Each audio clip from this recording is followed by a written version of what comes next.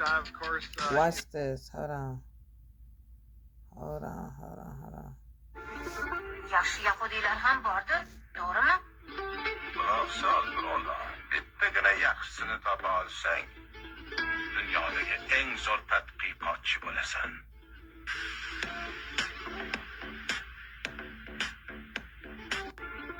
Yaşlıya xodiler ham bordir, to'g'rimi?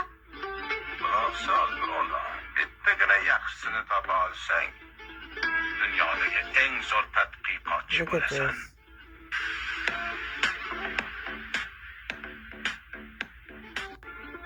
Yaşlıya xodiler ham bordir, to'g'rimi? Just like in the picture, demons dancing, devils dancing. yaxshisini topa The olsang, dance of the devil. dunyodagi eng zo'r tadqiqotchi bo'lasan.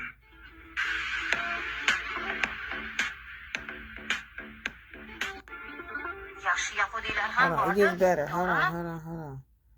It gets way better. Let me show you. Hillary. Hold on, because I got dumb amounts of stuff for these wicked, treacherous motherfuckers. Oh, it gets better. Of course, chefs to the president. That's just chefs at the White House. I got video.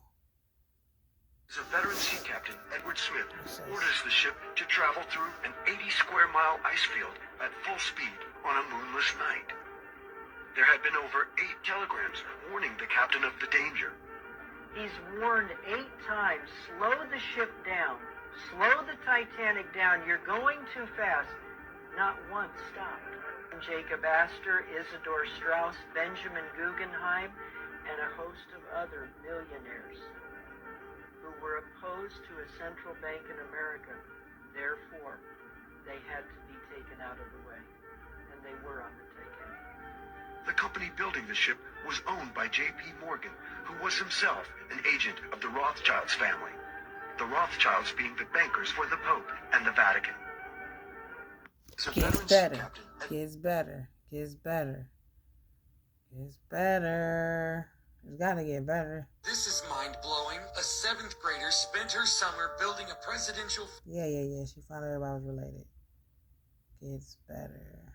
Hold on.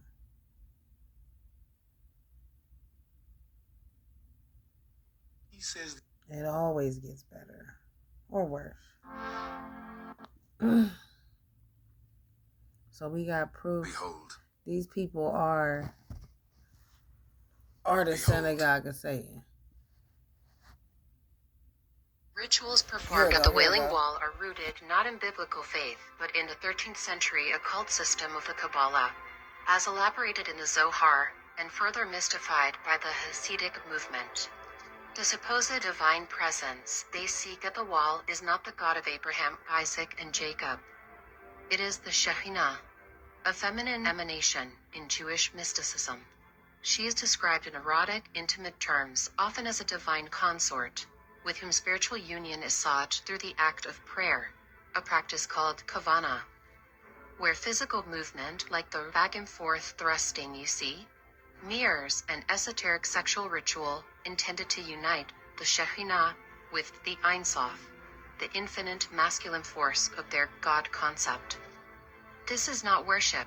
It's a metaphysical sex act disguised as devotion. It is an inversion of divine truth, rooted in mysticism that Scripture calls an abomination. And this is where it collides with our politics. Nearly every major political figure, presidents, prime ministers, global influencers, must perform their rite of passage at the Wailing Wall, hands pressed against stone, heads bowed in reverence. They are not just pandering to voters or honoring tradition. They are knowingly or unknowingly participating in an occult ritual, submitting themselves at the very seat of the synagogue of Satan. Scripture is unambiguous. In Acts 17:24, it says God does not dwell in temples made with hands. Much less would he dwell in a Roman fortress surrounded by rituals that glorify a false god and mystical union. It is spiritual prostitution.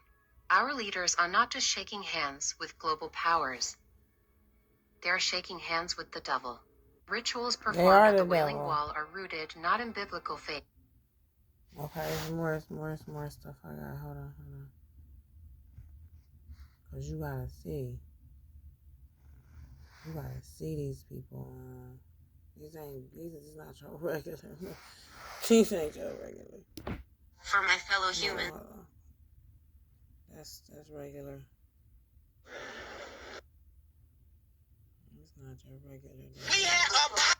Hold on, cause it get ghetto. He walks like this because he... It's so much stuff. This is the 922-page MAGA manifesto. We printed the whole thing out, and it's brought to you by one of the most conservative DC think tanks, the Heritage Foundation. This is the culmination of nearly 50 years of work that began during the Reagan administration. Broadly, according to Heritage President Kevin Roberts, this is a Christian nationalist plan to end what he calls the Great Awakening and, quote, rescue our kids, reclaim our culture, revive our economy, and defeat the anti-American left at home and abroad. This manifesto, which they call a book, is a specific roadmap on how to accomplish that by giving a Republican president unprecedented power. They do that by slashing the federal government's footprint, gutting regulations, slashing the money we spend on children, students, the elderly, the environment, education, and reproductive health care.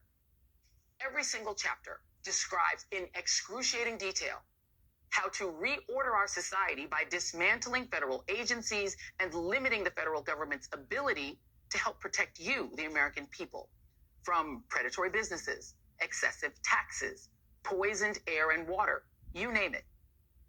Lately, former President Donald Trump and his campaign, fearful of how unpopular Project 2025 is, have claimed they have nothing to do with it. I don't know what the hell it is. It's Project 25. He's involved in Project, and then they read some of the things, and they are extreme. I mean, they're seriously extreme. But I don't know anything about it. I don't want to know anything about it. Yeah, but that's not the complete picture. Here is Trump promoting the Heritage Foundation and their little project just 2 years ago.